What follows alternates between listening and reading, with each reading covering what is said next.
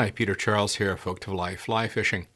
And today let's look at D-loops and the quality of the D-loops, especially as it pertains to Skagit heads and these ultra-short Skagit heads that are now so popular.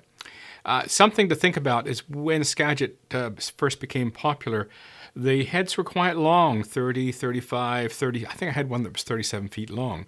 There was an old rule of thumb that the whole thing had to be 3 to 3.5 times the length of your rod. Well, that rule of thumb got thrown out the window, and they shrank down to 25 feet and thereabouts, 23, 25, 26. And here's a typical one here. This is the Airflow Skagit Compact. This is a 570 grain, and it is, how much is that? It's 25 foot long. So I've got a video that I'll be showing in the next video, some footage in the next video that I'll produce, which shows that actually being used along with the others that I have here. And it'll show the type of D-loop you get out of them. But here we'll work with my model, and we'll show you some of the issues that we get into. So right here, I've got basically the shape of the D-loop we would normally get out of the Skagit Compact. And you notice how much of it is going to be in the water. All of the sink tip will be in the water, and probably some of the Skagit head. And the reason for this is that the Skagit head doesn't have much taper. The Airflow Skagit heads do have a bit of a taper, but the tip section on these things are still very thick. And it's designed that way for a reason. It's designed to handle those heavy sink tips. If it was very skinny, it wouldn't do a very good job. But the reality is it makes the bottom part of this D-loop very heavy. So there's a tendency for that bottom leg of the D-loop to drop. And as a consequence, you end up with a D-loop shape that looks like this, with quite a bit on the water. And that's normal. It's also tough to get, like this is a fairly good V-loop here, but often it ends up looking more like this, where it's more of a rounded open D-loop, and that's less efficient than if you get a nice point.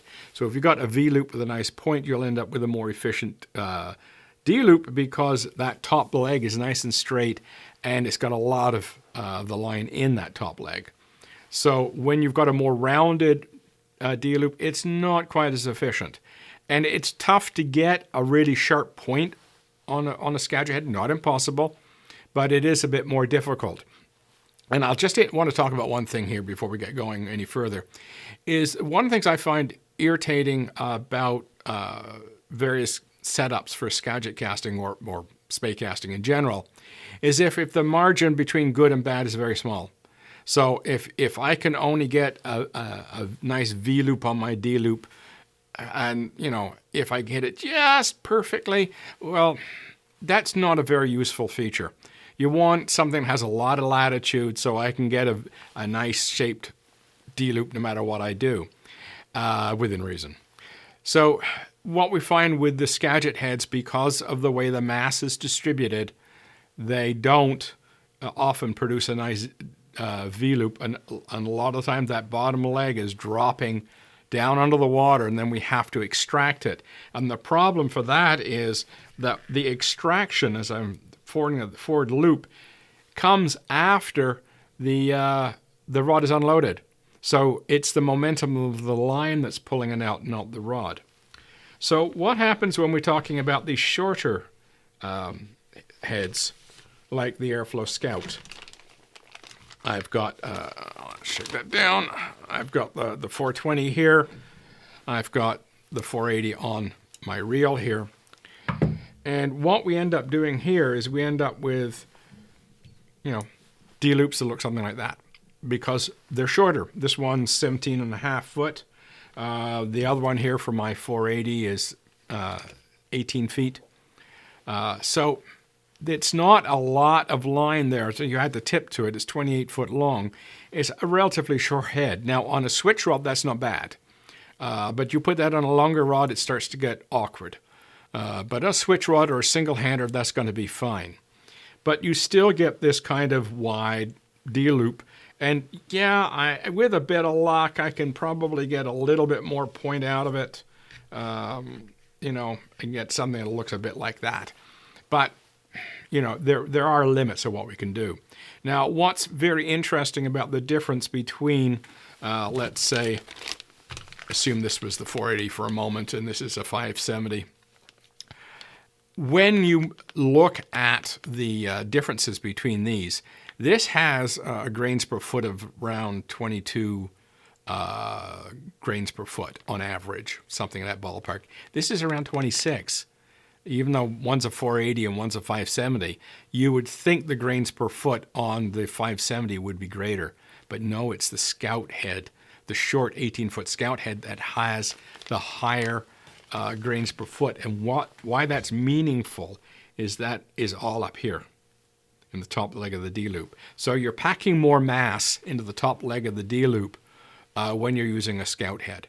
And that's why a lot of the reasons why these end up being lighter than a comparable longer Skagit head is because they're shoving so much mass into the top of the D-loop right behind your rod tip that you can actually drop weight.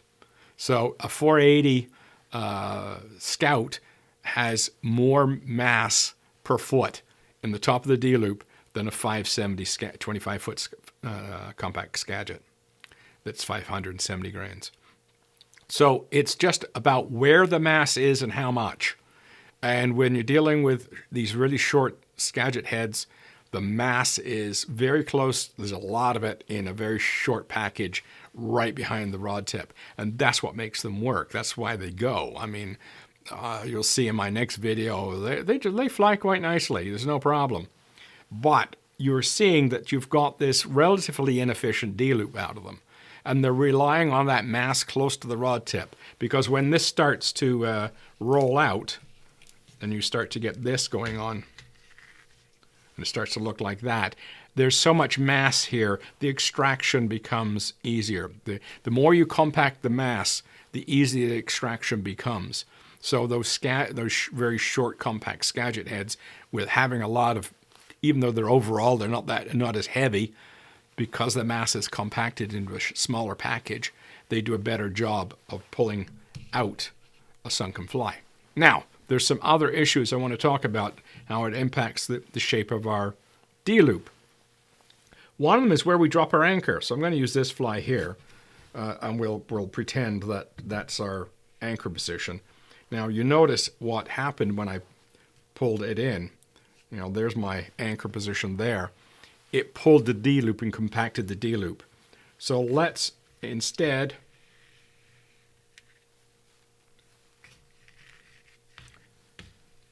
say we put our fly here, look at how much the D-loop has expanded and become more efficient in shape. And not only that, sometimes you'll get a little bit more of a lift out of it if you put your anchor further back. So if you're leaving your anchor way out in front of you with one of these short head lines, you're really reducing the efficiency of the D-loop. You've got to get your anchor further back, closer to you, and not in front of you, but more beside you, in order to get a nice, efficient D-loop out of them.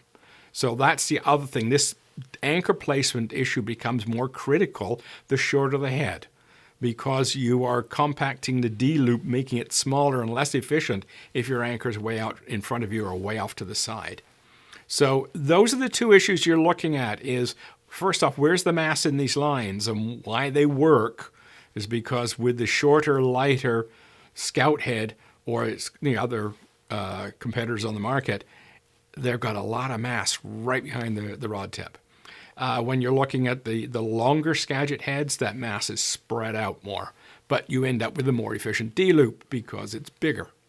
So, you've got a choice, and then neither one is a bad choice, but they come with limitations. The anchor placement's less critical when you've got a longer line. The D-loop, if you're 5 feet in front or 5 feet back, doesn't make a huge change in the D-loop. The way it does is if you're working with a short line.